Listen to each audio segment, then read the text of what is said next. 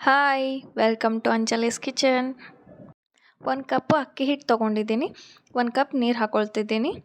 ಇದನ್ನು ನೀರನ್ನು ಬಿಸಿ ಮಾಡಬೇಕು. ಅದರಲ್ಲಿ ಜೀರಿಗೆ, ಉಪ್ಪು ಹಾಕ್ಕೊಂಡು ಈ ಥರ ಮಿಕ್ಸ್ ಮಾಡಬೇಕು.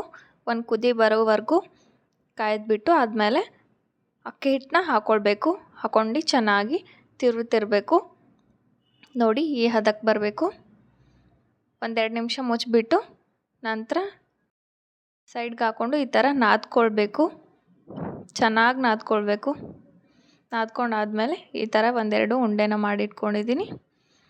ಸ್ವಲ್ಪ ಮೈದಾ ಹಿಟ್ಟು ಹಚ್ಕೊಂಡು ಇದನ್ನು ಚೆನ್ನಾಗಿ ಲಟ್ಟಿಸ್ಕೊಳ್ಬೇಕು. ಚಪಾತಿ ಯಾವ ಥರ ಲಟ್ಟಿಸ್ತೀವಲ್ಲ ಆ ಥರ.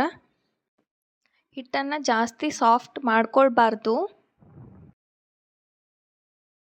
ಜಾಸ್ತಿ ದಪ್ಪನೂ ಲಟ್ಟಿಸ್ಕೊಳ್ಬೇಡಿ, ತೆಳುವು ಮಾಡ್ಕೊಳ್ಬೇಡಿ. ಮೀಡಿಯಮ್ನಲ್ಲಿದ್ದರೆ ಸಾಕು. ಯಾವುದೇ ರೀತಿ ಎಣ್ಣೆ ನೀರು ಏನು ಹಚ್ಕೊಳ್ಬಾರ್ದು.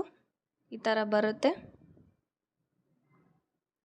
ಪೂರ್ತಿಯಾಗಿ ಲಟ್ಟಿಸ್ಕೊಂಡ್ಮೇಲೆ ಈ ಥರ ಯಾವ ಶೇಪ್ ಬೇಕಾದರೂ ಮಾಡ್ಕೊಳ್ಬೋದು.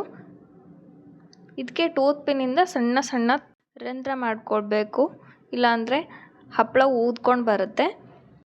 ಇದಕ್ಕೆ ನೀವು ಯಾವ ಶೇಪ್ ಬೇಕಾದರೂ ಕೊಟ್ಕೊಳ್ಬೋದು. ನಾನು ತ್ರಿಕೋನ ಶೇಪ್ ಕೊಡ್ತಾಯಿದ್ದೀನಿ.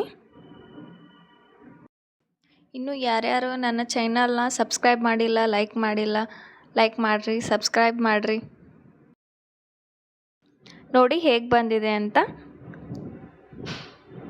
ಸೈಡಲ್ಲಿ ಎಣ್ಣೆ ಕಾಯಕ್ಕಿಟ್ಟಿದ್ದೀನಿ. ಕಾಯ್ದಾದ್ಮೇಲೆ ಹಾಕ್ಕೊಳ್ತಿದ್ದೀನಿ. ಬಣ್ಣ ಬದಲಾಗೋವರೆಗೂ ಇಡಿ, ಅದಾದಮೇಲೆ ತೆಕ್ಕೊಳ್ಬೋದು. ಹೀಗೆ ಇವಾಗಲೇ ತೆಕ್ಕೊಂಡ್ರೆ ಮೆತ್ತಗಾಗಿರುತ್ತೆ. ಸ್ವಲ್ಪ ಬಣ್ಣ ಬದಲಾದ್ಮೇಲೆ ತೆಕ್ಕೊಂಡ್ರೆ ಚೆನ್ನಾಗಿ ಬರುತ್ತೆ. ನಾನು ಸ್ವಲ್ಪ ಬೇಗನೆ ತೆಕ್ಕೊಂಡೆ, ನೀವು ಲೇಟ್ ಮಾಡಿ ತೆಕ್ಕೊಳ್ಬೇಕು. ಉಳಿದಿರೋದೆಲ್ಲ ಇದೇ ಥರ ಕರ್ಕೊಂಡಿದ್ದೀನಿ. ನೋಡಿ ಯಾವ ಥರ ಬಂದಿದೆ ಅಂತ. ಇದಕ್ಕೆ ಸ್ವಲ್ಪ ಅಚ್ಚ ಖಾರದ ಪುಡಿ, ಉಪ್ಪು, ಚಾಟ್ ಮಸಾಲಾನು ಹಾಕ್ಕೊಂಡು ಚೆನ್ನಾಗಿ ಮಿಕ್ಸ್ ಮಾಡ್ಕೊಳ್ಬೇಕು. ಬಿಸಿ ಇದ್ದಾಗಲೇ ಹಾಕ್ಕೊಳ್ಬೇಕು. ನೋಡಿ ಯಾವ ಥರ ಬಂದಿದೆ ಅಂತ. ನೀವು ಟ್ರೈ ಮಾಡಿರಿ.